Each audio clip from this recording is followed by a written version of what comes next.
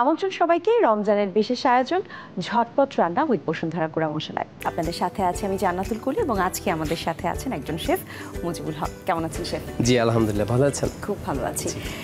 রমজানে তো আসলে খাওয়া দাওয়া প্রসঙ্গেই আমাদের এই পুরো আয়োজনটি।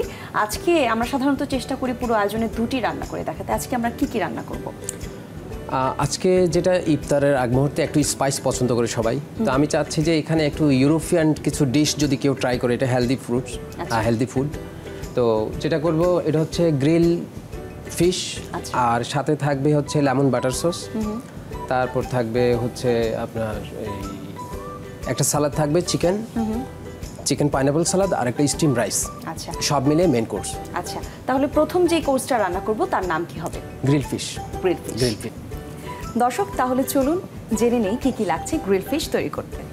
গ্রিল ফিশ: কাটা ছাড়া মাছ 150 গ্রাম, সেদ্ধ করা চাল 150 গ্রাম, কালো গোলমরিচের গুঁড়ো পরিমাণ মতো, রসুন কুচি পরিমাণ মতো, পার্সলি পরিমাণ মতো, মাখন পরিমাণ মতো, লেবুর রস পরিমাণ মতো, লবণ স্বাদ মতো, তেল পরিমাণ মতো। দর্শক, জেনে নিলাম কি লাগছে গ্রিল ফিশ রান্না করতে। এবারে আমরা চলে যাব মূল প্রক্রিয়ায়। শুরুতে কি করছি শেফ? তাহলে শুরুতে প্রথমে আমাদের ফিশটাকে আমরা ম্যারিনেট করব, একটু লেমন জুস দেব। প্রথমে ফিশটাকে ম্যারিনেট করে নিতে হবে, তারপর প্যানটা গরম হয়ে গেলে প্যানে তেল দিয়ে দিতে হবে, বাটার দেব। আচ্ছা, বাটার দেব।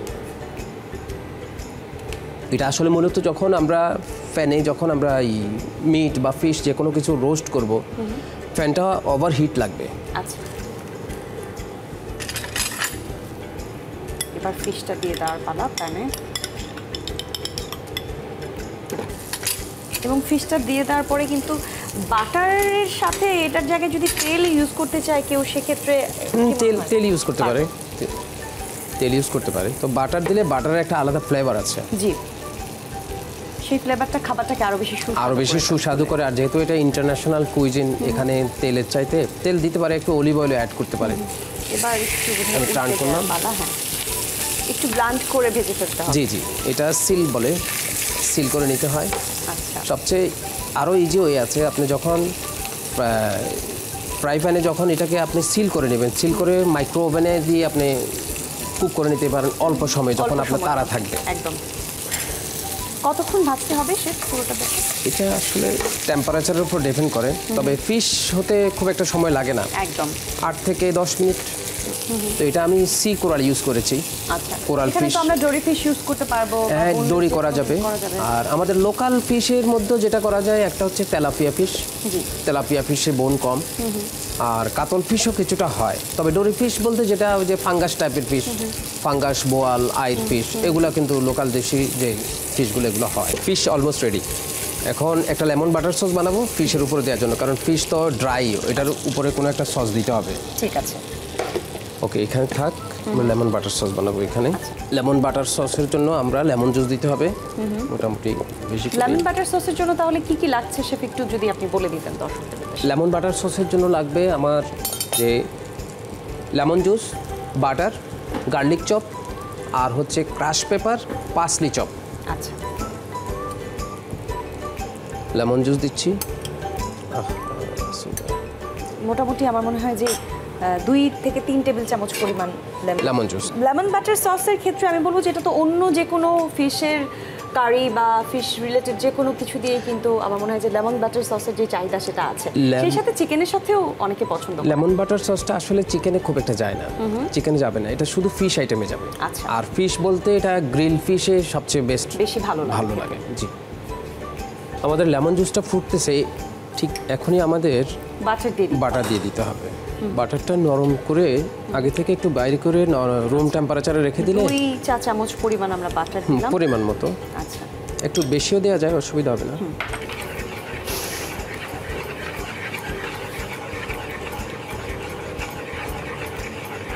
আচ্ছা, তারপর এটা আমরা এখন এই বাটার আর একটু লাগবে। আচ্ছা, বাটার আর একটু লাগবে।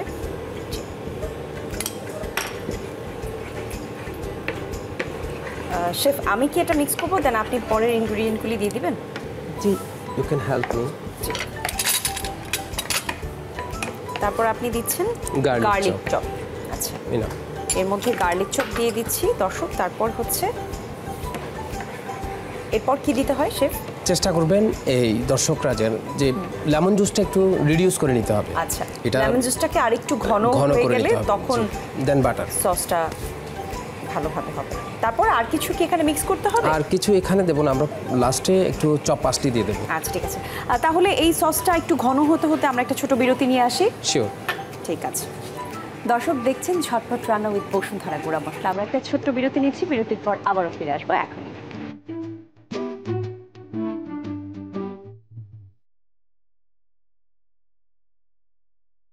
দর্শক ফিরে এলাম বিরতির পর। আরও একবার আমন্ত্রণ ঝটপট রান্না উইথ বসুন্ধরা গুঁড়া মশলাতে।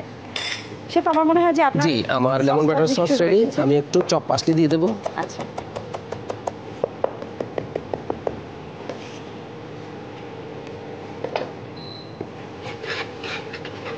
ওকে, প্লেটটা দেন। জি,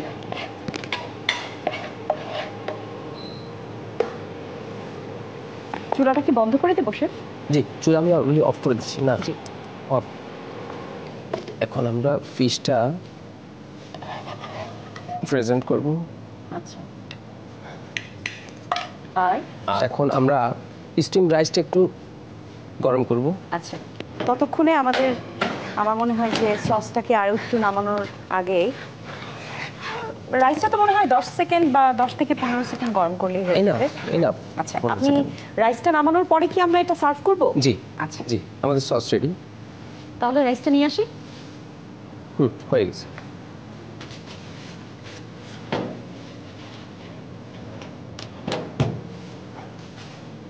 এক কাপ পরিমাণ রাইস আসলে এখানে নেওয়া হয়েছে, আমরা দেখতে পাচ্ছি।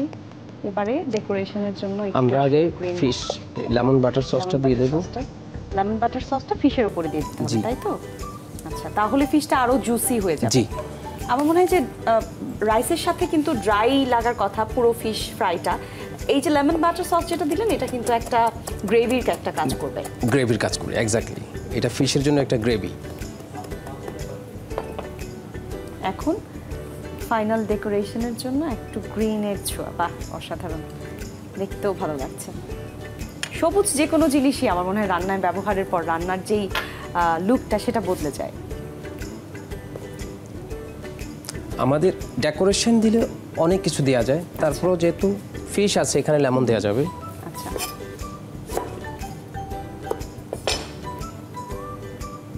বাহ, আমাদের grill fish with steam rice ready. বাহ, অসাধারণ, অসংখ্য ধন্যবাদ। এই যে আপনি grill fish with gravy rice, একদম কিন্তু সহজ একটা রান্না। আমি বলবো যে বাসায় যে কোনো বয়সী মানুষ কিন্তু এটা খেতে পারবে না। যেহেতু এখানে বোনলেস আপনি ফিশ নিয়েছেন, সেক্ষেত্রে কিন্তু আমার মনে হয় যে ছোট যারা থাকে বাসায়, কনিষ্ঠ যারা রোজা রাখেন, যাদের বয়স কম, তারাও কিন্তু খেতে পারে। অসাধারণ গ্রিল ফিশ স্টিম রাইস। একদম। দর্শক দেখলেন তো, তৈরি হয়ে গেল গ্রিল ফিশ স্টিম রাইস। কত সহজে এই পুরো রান্নাটি আপনারা যদি বাসায় চেষ্টা করেন, তাহলে পরিবারের সবাইকে নিয়ে খেতে কিন্তু দারুণ লাগবে। আমার মনে হয় যে এটা যেমন স্বাস্থ্যসম্মত, তেমনি খাওয়ার ব্যাপারেও আমি বলবো যে অনেক সুস্বাদু হবে। অনেক সুস্বাদু। আমরা এখন বানাবো সালাদ। আচ্ছা, তাহলে শেফ দর্শকদেরকে জানিয়ে দিই কি কি লাগছে চিকেন পাইনাপেল সালাদ তৈরি করতে। জি প্লিজ। প্রিয় দর্শক, চলুন জেনে নেই কি কি লাগছে চিকেন পাইনাপেল সালাদ তৈরি করতে। চিকেন পাইনাপেল সালাদ, রান্না করা চিকেন 100 গ্রাম, আনারস কিউব করে কাটা 150 গ্রাম, মায়োনিজ পরিমাণ মতো, চিনি স্বাদ মতো, গোলমরিচের গুঁড়ো পরিমাণ মতো, লবণ স্বাদ মতো। দেখে নিলাম চিকেন পাইনাপেল সালাদ তৈরি করতে কি কি লাগবে সেই উপকরণগুলো। এবারে আমার মনে হয় যে হাতের কাছে সবকিছুই শেফ আপনার কাছে আছে। জি, প্রক্রিয়াতে চলে যাওয়া যাক। শিওর। চিকেন পাইনাপেল সালাদ বানাবো। তো আসলে রমজানে বেশিরভাগ ফ্রুটস খায় মানুষ, ফ্রুটস দিয়ে অনেক সালাদ হয়। তো চিকেনের সাথে আবার পাইনাপেলের একটা সালাদ আছে, যেহেতু আমাদের মেন ডিশটা হচ্ছে ইউরোপিয়ান, এটাও একটা ইউরোপিয়ান কাইন্ড অফ সালাদ। আচ্ছা, তো সেই ক্ষেত্রে এটা একটা শেল বানাবো, মাঝখানের অংশ দিয়েই সালাদ বানাবো। আচ্ছা, শেল বানানোর জন্য একটু স্ট্যান্ডিংয়ের জন্য একটু বেস তৈরি করব, দেন একটু হালকা শেপ করে নেবো। এটা দেখতে, এটা ওয়াশ করা অলরেডি, আমি ওয়াশ করে নিয়ে আসছি। আচ্ছা, এটা একটা বোট টাইপের কিছু করব। জি, জাস্ট মাঝখানে রাউন্ড করে কেটে নিতে হবে। মাঝখানের অংশটা সালাদটাই আপনি এটার মধ্যেই আসলে প্রেজেন্ট করবেন। বাহ, আসলে এটা হচ্ছে আপনার নিজের কাছে। আচ্ছা, যে পাইনাপেলের স্কিন তো আমরা থ্রো করে দিই, একদম আজকে কাজে লাগিয়ে দেব। হ্যাঁ, এবং দেখতেও সুন্দর, অ্যাট্রাকটিভ। ইভেন আপনি অরেঞ্জ হাফ মুন কেটে অরেঞ্জের জুসটা নিয়ে অরেঞ্জের সেলটা কিন্তু আপনি ইউজ করতে পারেন। আচ্ছা, বুঝতে পারছি। অর্থাৎ অরেঞ্জটা কিন্তু অর্ধেকটা কেটে, শেফ যেটা বলছেন মুন শেপে অর্ধেকটাকে কেটে ফেলে পরের যেই বাকি অংশ সেটাতে কিন্তু আপনারা চাইলে সেখানেও সার্ভ করতে পারেন। এক্স্যাক্টলি। শেফ, তাহলে আপনি আনারসটা কাটতে কাটতে আমরা একটা ছোট বিরতি নিয়ে আসি। ঠিক আছে। প্রিয় দর্শক, আপনারা দেখছেন ঝটপট রান্না উইথ বসুন্ধরা গুঁড়া মশলা। একটা ছোট্ট বিরতির পর আমরা আবারও ফিরে আসবো আমাদের রান্নাঘরে।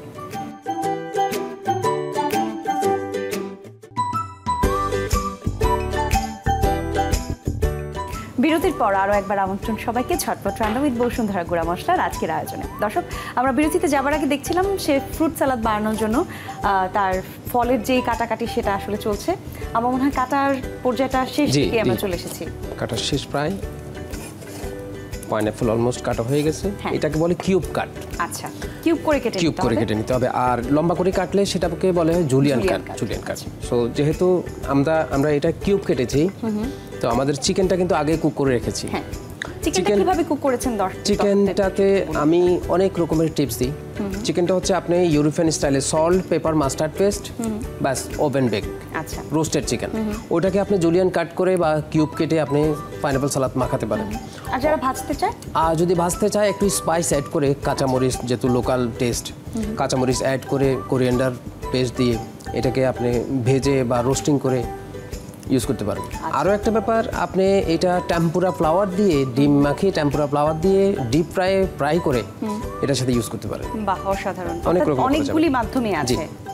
পাইনাপেল আসলে আমরা যেহেতু শেফদের কিন্তু ফুড নিউট্রিশন সম্বন্ধে কিছুটা ধারণা থাকবেই। আর আমরা যখন মেনু তৈরি করি, মেনুতে কিন্তু আমাদের ফিশ, মিট প্লাস ভেজিটেবল এটা কিন্তু কম্বিনেশন করে আমরা রাখতে হয়। তো এই পাইনাপেলের সাথে চিকেনের কিন্তু অনেকগুলো ডিশ আছে। আচ্ছা, অনেক ডিশ। আর পাইনাপেলের আরও গুণ আছে, যেটা আমরা তরকারি বিফ রান্না করি বাসায়। বিফটা একটু বেশি মানে নরম হওয়ার জন্য, খুব অল্প সময়ে নরম হওয়ার জন্য এটার সাথে আমরা পাইনাপেল জুস দিয়ে থাকি। আচ্ছা, যেহেতু পাইনাপেলটা ডাইস, চিকেনটা একটু জুলিয়ানটাকেই ছোট করে কেটে নিয়েছি। আচ্ছা, যাতে মিক্স আপ করতে সুবিধা হয়। জি। তারপর এটার সাথে একটু পার্সলি দেব। পার্সলি বেশ কয়েক রকমের হয়। আচ্ছা, এটা হচ্ছে ফ্ল্যাট পার্সলি, এটা অ্যারাবিক কান্ট্রিগুলোতে বেশি ইউজ হয়। আর একটা হচ্ছে ফ্রেঞ্চ পার্সলি, ওটা কোকড়ানো ওটা ইউজ করা যাবে। এটা হচ্ছে অ্যারোমেটিক ভেজিটেবল স্যালারি স্টিক, এটা খুব সুগন্ধি। আচ্ছা, এটা আবার এটার সাথে যাবে এই চিকেন পাইনাপল সালাদ। এটা কি সুগন্ধির জন্যই ব্যবহার করা হয়? সুগন্ধি, এটা ওয়ান কাইন্ড অফ সালাদ। আচ্ছা, এটা কাঁচা খাওয়া যায়। এটা রাইস কেটে এটার সাথে দিয়ে দিব।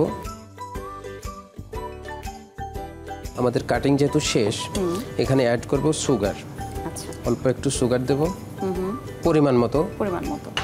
সুগারটা আসলে যে যার স্বাদ মতো যে যেমন ব্যবহার করতে চায়। তারপরে একটু গোলমরিচের গুঁড়া, পেপার।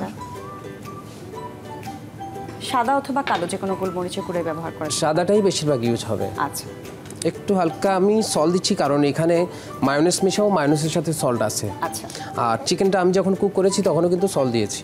আচ্ছা, মায়োনেজ দিচ্ছি হাফ কাপ পরিমাণ নাকি 1 কাপ? মায়োনেজ আসলে এটা অনেকে বেশি খায়, অনেকে একটু কম খাবে। সবকিছু দিয়ে আছে, আমরা ভালো করে মিক্স করব। এটা আমরা এই শ্যালের মধ্যে লাগিয়ে দিচ্ছি। বাহ, দেখতে কিন্তু দারুণ লাগছে।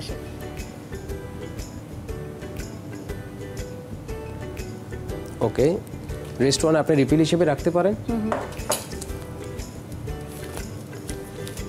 তারপর এটা ডেকোরেট করব। এখন এটাকে সুন্দর করে ডেকোরেশনের পালা। এই জায়গাতে আসলে শেফদের আমি দেখেছি তারা অন্যরকম ভাবে পুরো বিষয়টাকে এনজয় করেন। আমার মনে হয় যে ডেকোরেশনের ক্ষেত্রে সাজানোর ব্যাপারটা এক একটা শেফের কাছে এক এক রকম। যে কোনো সময় ফার্স্ট ইমপ্রেশনটা হচ্ছে মেন জিনিস। আচ্ছা, আপনার খাবারের টেস্টটা কিন্তু দেখা যায় না একদম। খাবারটা কিন্তু প্রেজেন্টেশনটা হচ্ছে মেন ভিউ। তো এটা আপনি যদি প্রেজেন্টেশনটা যদি ভালো করেন, তাহলে গেস্ট প্রথমেই কিন্তু খুব খুশি হয়ে যাবে। একদম সত্যি। আর টেস্ট তো আলটিমেটলি ভালো থাকতেই হবে। গ্রিনের ব্যবহার, পাতা যে লাইম গ্রিন খুবই সুন্দর লাগে। জি, আর এটাও নিজেই মনে করেন গ্রিন সালাদটা তো লিভসটা এমনি খেতে পারবে। হ্যাঁ, প্লাস এটা একটা সালাদও, লেবুস পাতাটা তো খাওয়াও যাবে। আমি একটা ফুল বানাবো। আচ্ছা, এটা হচ্ছে জাস্ট রোজ ফ্লাওয়ার। এটা হচ্ছে 22 বছরের প্র্যাকটিস, তো হাত ইনশাল্লাহ কাটবে না, তারপরও অনেক সময় হয়ে যায়। তো আমি মনে করি যে একটা শেফের জন্য যে মিনিমাম ডেকোরেটিং কার্ভিং যে গার্নিশিংটা তাদের একটু আইডিয়া থাকা উচিত। যেমন আপনি যে আমার কার্ভিংটা দেখছেন, জি খুব সুন্দর করে আপনি সেটা করেছেন, আমি দেখছিলাম। আমি সেখানে একটা উড বানিয়েছি পামকিন দিয়ে, আর খেজুর গাছ আছে। যে আমি চিন্তা করেছি যেহেতু রমজান রিলেটেড ইফতার, একটা অ্যারাবিক থিমটা আসবে। আপনি কিন্তু ডিশও দুইটা রান্না করেছেন মিডল ইস্টের। জি, সো পুরো ব্যাপারটা একটা থিমেটিক ব্যাপার হয়েছে। এটা হচ্ছে একটা রোজ ফ্লাওয়ার। আপনি এটা যে কোনো সবজি বা ফ্রুটস দিয়ে বানাতে পারেন। এটা দিয়ে দিলেন, chicken pineapple salad ready. Thank you chef, অসংখ্য ধন্যবাদ আপনাকে। এবং দেখতেও ভীষণ সুন্দর হয়েছে আপনার chicken Thanks, pineapple salad. thank you. আপনি যে সুন্দর করে প্লেটিং করেছেন, গার্নিশ করেছেন, খাওয়ার যেই স্বাদটা সেটা মনে হয় দ্বিগুণ বেড়ে যায় দেখার পরপরই। অবশ্যই। এবং আজকে রোজার পরে, মানে আজকে যখন ইফতারের সময় হবে, তখন আমরা সবাই মিলে এই সালাদটা অবশ্যই অনেক ভালো লাগবে, ট্রাই করে দেখব নিঃসন্দেহে। তৈরি হয়ে গেল দর্শক চিকেন পাইনাপল সালাদ। এই যে দুইটা রেসিপি আমরা আজকে, শেফ আমাদেরকে যে দুইটা রেসিপি করে দেখালো, দুইটা রেসিপি কিন্তু মিডল ইস্টের। আজকে আমাদের পুরো সেটের আয়োজনটাই দেখবেন একটু অ্যারাবিক ফিলে আছে। আমরা দেখতে পেলাম যে হাতে কারুকাজ করা যে সুন্দর ডেকোরেশনটা করেছেন শেফ সালাদের বিভিন্ন জিনিসের সাথে। এই পুরো ব্যাপারটা মিলে কিন্তু একটা অন্যরকম পরিস্থিতি এখানে তৈরি হয়েছে। যারা ভিন্ন স্বাদের খাবার খেতে চান ইফতারে বা সেহরিতে, তারা কিন্তু চাইলেই এ ধরনের খাবার রান্না করতে পারেন এবং পরিবারের সবাইকে নিয়ে আয়োজন করে সেটা উপভোগ করতে পারেন। আজকে আমাদের পুরো রান্নাটা যিনি করেছেন তিনি কিন্তু একটা ধন্যবাদের দাবিদার অবশ্যই। শেফ, অসংখ্য ধন্যবাদ আপনাকে আমাদের সাথে যুক্ত হওয়ার জন্য। আপনাদেরও ধন্যবাদ, আপনাকেও, সবাইকে ধন্যবাদ। অবশ্যই। দর্শক, তাহলে এই হচ্ছে আমাদের আজকের আয়োজনের দুটি রেসিপি আপনারা দেখলেন। আগামী পর্বে আবারও হাজির হব অন্য দুটি রেসিপি নিয়ে। সে পর্যন্ত আপনারা সবাই ভালো থাকবেন, সুস্থ থাকবেন। বিদায় নিচ্ছি ঝটপট রান্না উইথ বসুন্ধরা গুঁড়া মশলা থেকে।